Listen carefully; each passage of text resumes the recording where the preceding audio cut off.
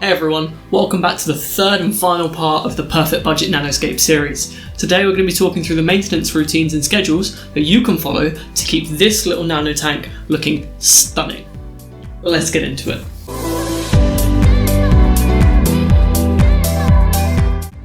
Okay, so let's get into the specific schedule that you can follow from the start to keep your nano tank looking perfect.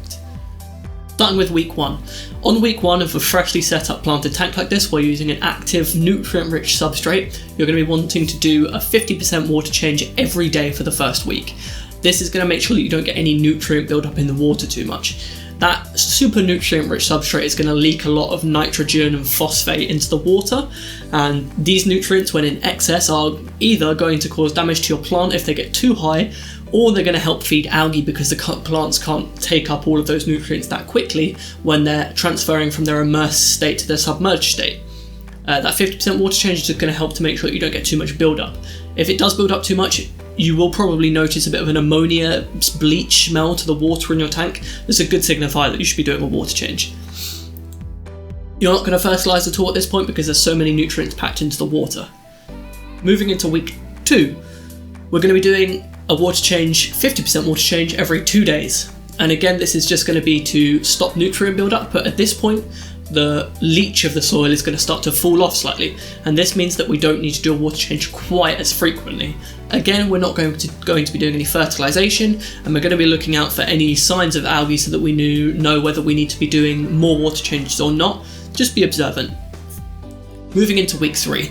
Now we're moving down to a 50% water change every 3 days. At this point, that nutrient leach is starting to fall off quite heavily, and your filter is going to be starting to build up a good bacterial colony, which is going to be breaking down any leached nutrients. And your plant should be starting to really develop into their submerged state, which means they're going to be a lot more readily taking up nutrients. At this point, we're going to start dosing a micronutrient fertilizer, such as Premium Nutrition by Tropica. This is a fertilizer which contains micronutrients only, so we're not talking about NPK, nutrient, nitrogen, phosphorus, potassium, which are macronutrients. They need a lot for the plants. This is just to make sure that the plants can get all those tiny little nutrients such as iron, magnesium, copper, anything they do need, which is in really small amounts, which you don't want to build up heavily in the water column.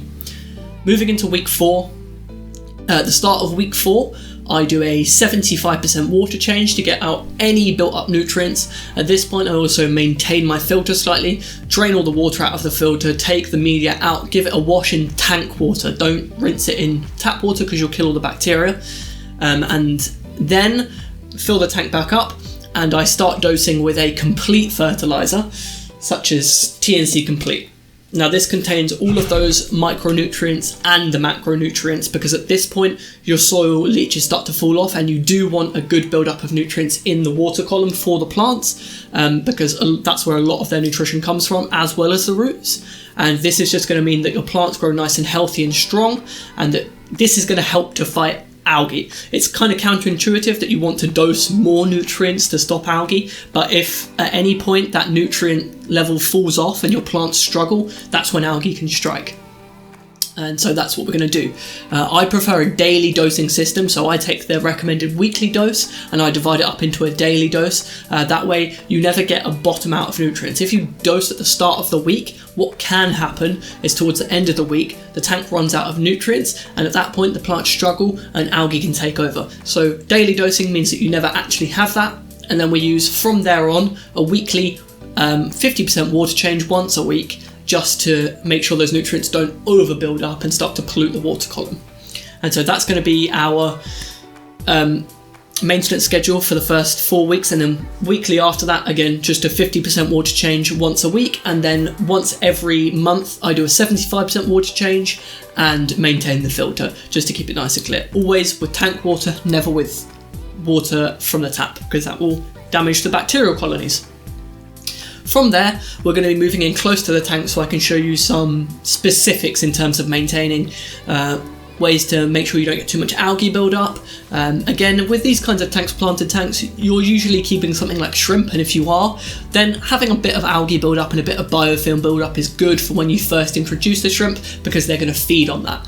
But yeah, I'm gonna show you how I deal with that and what the kind of signifiers are that you're getting it, or what could be causing it, and something not to worry about because it will go away over time. There's a bit of algae build up in this tank at the moment, so it's a good time to show you. I'll bring you in close. Right, so coming in a bit closer, everything's looking pretty good from this far away. The plants look like they're growing in nicely, everything's filling in beautifully, the moss is lush, the stones look great, the wood looks good. But if we take you in a bit closer, you'll probably be able to see a few of the misgivings. So there you can probably see we've got some brown algae build up on the rocks. We come down here, a lot of the Marcellea crenata is starting to build up a little bit of like hair algae kind of stuff where the nutrients are leaking from the soil just underneath it. Pogostemon's looking good, and so is the Blixer. The Blixer's looking great. I did recently trim down the stem plants in the back because they were looking a little bit leggy at the bottom, so just trim them off and they'll grow back in nice and lush.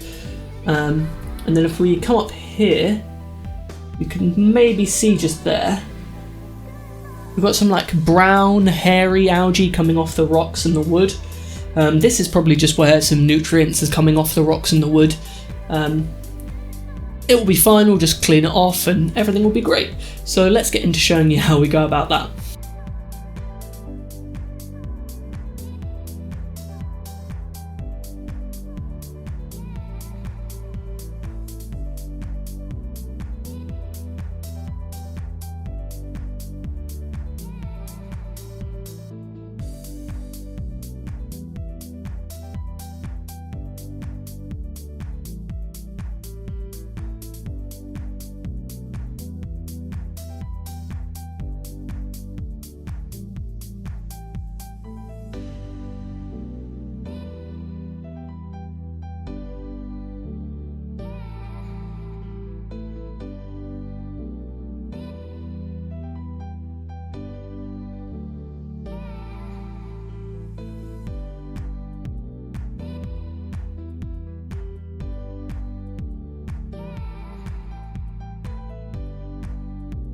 Okay, so that's all the algae scrubbed off and all the detritus picked up off those leaves, which we'll do again a bit as we siphon the rest of the water out. But next on the agenda is going to be plant trimming. So as you can see on the bottom here on the carpet, quite a lot of the older immersed state leaves have gone quite brown, and generally trimming plants is a good way to encourage them to grow a bit more. Trimming the old leaves, the deader leaves, will mean they're not putting energy into trying to repair those leaves, and it will send a biochemical signal to the plant to send out runners and to grow new leaves. So it's a really great way to create new dense growth. So we're going to go through, we're going to trim any leaves off the carpet that are looking a bit grim. I recently did the stem plants, so I'm not going to worry about them. And then the moss, where it's getting a bit bushy, we'll trim it down, but we'll take those trimmings, and because of the way that moss grows, you can literally just wedge that moss back into cracks in between stones and stuff, and it will grow and propagate, and it's just a fantastic way to enhance the look of your tank by continually propagating that moss growth. So we'll do that.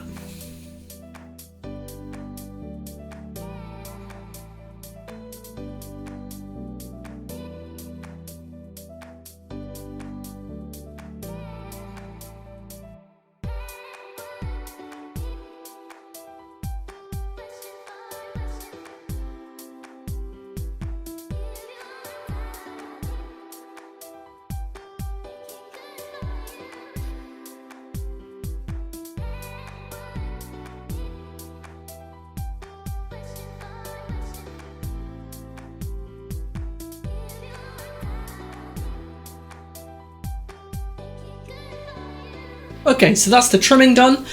We've cleaned off all the algae that we need to clean off. So now we're just going to continue with draining out the water. I'm going to do my 75% water change. And then I'm going to, as I'm doing that, I'm going to waft my hand above the substrate, just gently. And this will help lift any detritus up off the plants and out of the substrate so that we can siphon it off with the water. And this is just going to, again, help with not getting a build-up of organics in the tank, because that build-up of organics, of dying plant matter, anything that's coming off the rocks and wood, that's what's going to cause algae over time. So we're going to try and get all of that out by gently waving our hand over the substrate to lift all of that off into the water column as we drain the water. Let's do that.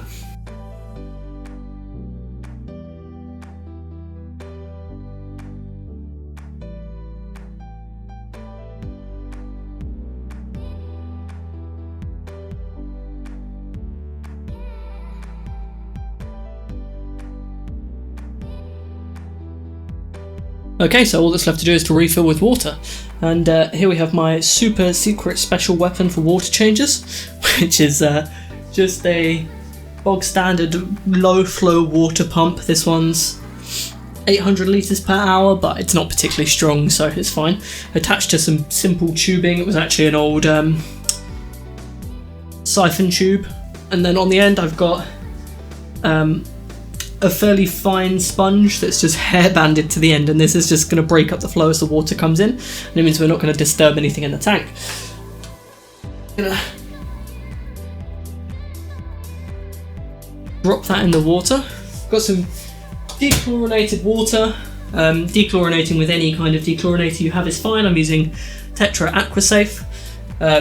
So yeah, it's just dechlorinated water that I've let come up to the temperature of the tank, which for this tank is just room temperature. So all I did was let the bucket sit for a good while until the temperature's pretty much matched. So now we're going to fill back up with water, and then we'll check back in afterwards for a final summary.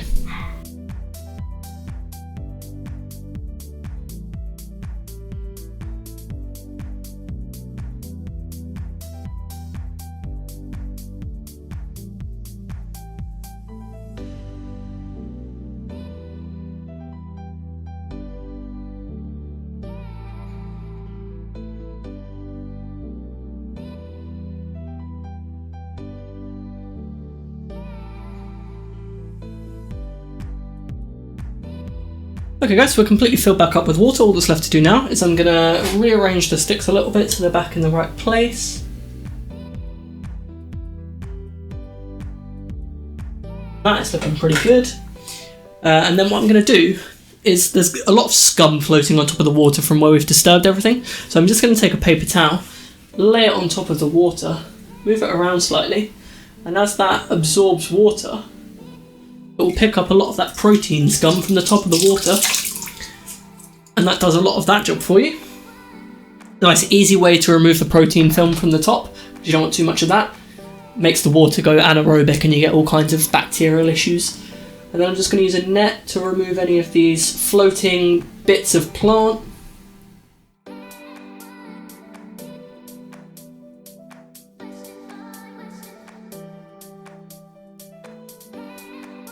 So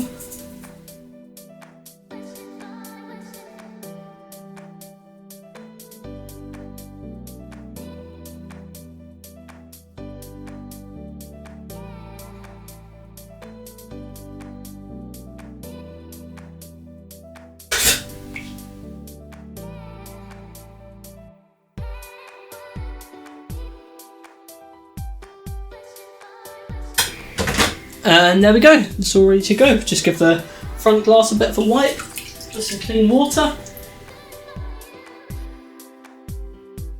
Remove any droplets that have built up over time, left a bit of a watermark.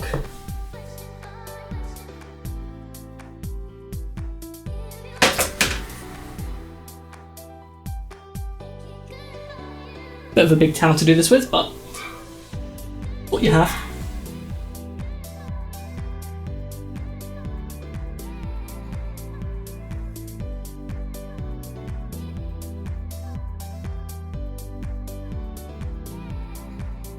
Now we just need to switch the filter back on, and the movement of the water will help pick up anything that's left in the water particulate wise, and we'll have beautiful crystal clear water in no time at all.